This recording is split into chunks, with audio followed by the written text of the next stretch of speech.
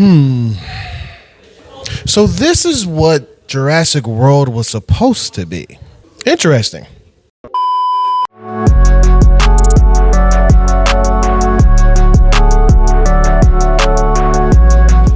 What's going on, everyone? Welcome back to the channel. I am Tyrone, and today on the channel I got another out of the theater review for you. This is The End of Oak Street. This is directed by David Robert Mitchell, the same guy who did It Follows. Also, of course, it's produced by J.J. Abrams. Yay. Okay.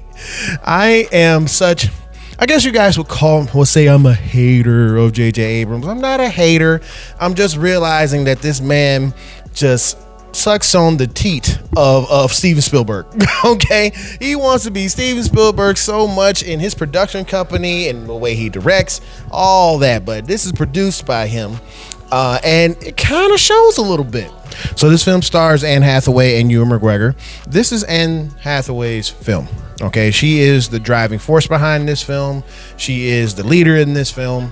So Anne and Ewan McGregor, they play a married couple in this in 1980s, and they have a couple children, and it seems like it's a regular old family. Of course, they're going through their marital issues, and then all of a sudden, out of nowhere, these flashing lights happen around their house, and they are transported back into the prehistoric times. And that is what this film is about. This whole neighborhood gets transported out of the ground into a prehistoric time, and now they have to fight to survive to get out, or to see what's going to happen.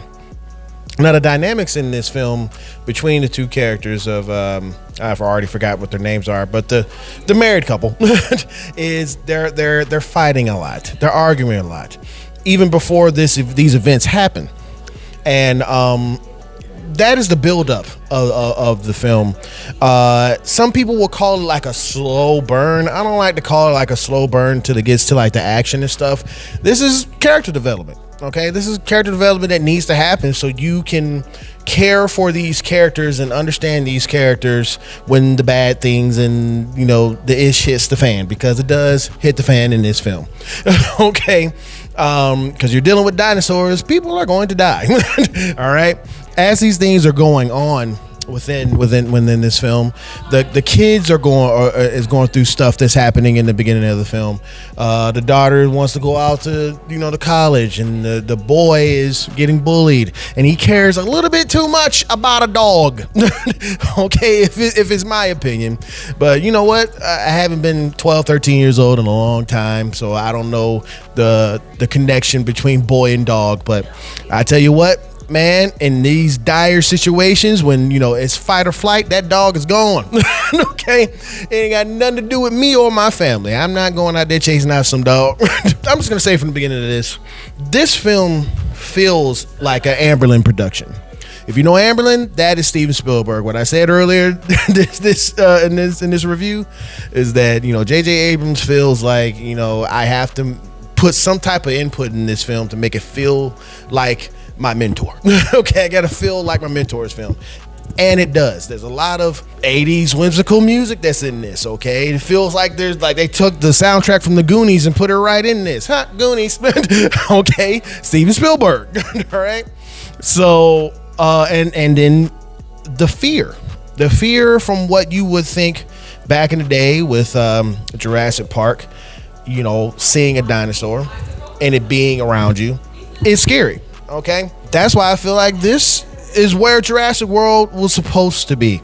The fact that people are living amongst and around dinosaurs is a scary thing. Okay, so you take that concept of a family that's kind of breaking apart because the adults are not getting along, and then somewhere down the road they have to get along and have to get come together to save their family. There's not that much humor in this. There's like one humor thing that happens in this, and the crowd in my theater did laugh a lot. Me, I was just like, oh, okay, that happened.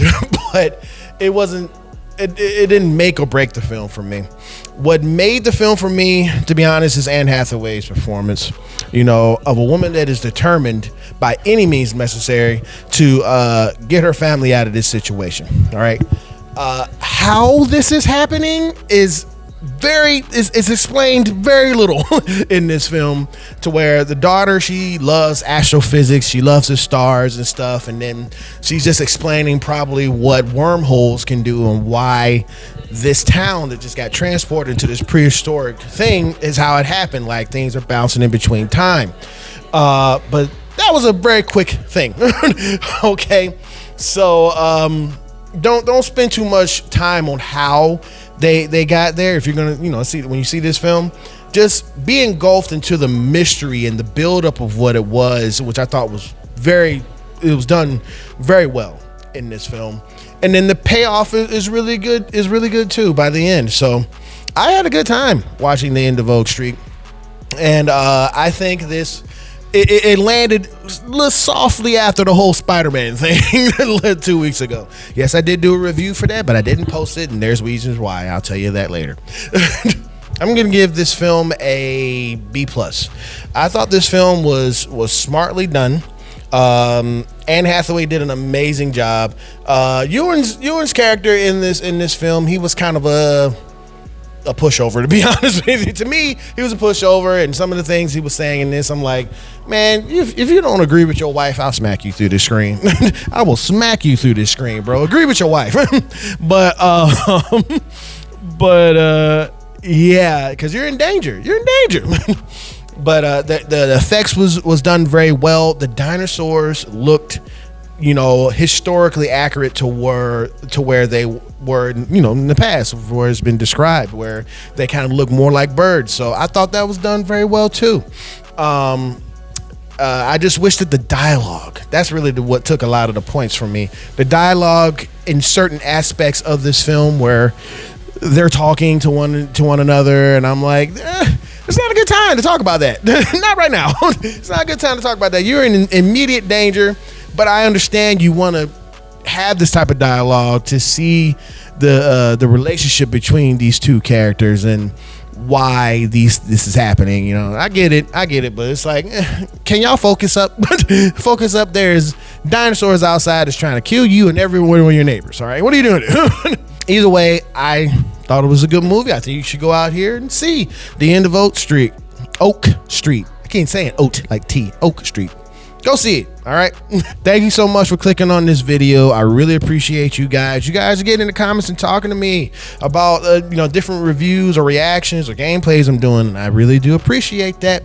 So get in the comments. Let me know what you thought about this film. To be honest with you, this is my second favorite Jurassic film, even though it wasn't a Jurassic film. That's how I like it that much. Okay. I really did enjoy it. But get in the comments and let me know what you thought. And if you did like my reaction, please hit the thumbs up. It really does help out this channel more than you know. And if you're new to the channel, please consider hitting that subscribe button. Hit the notification bell to stay up to date with everything I do right here on YurpNationENT. And more stuff to come. There's more stuff to come. I always say that in every video, and there's always more stuff to come, from video reactions to movie reviews. It's coming. So come along and the ride, all right? See you later. Have a good one. Peace.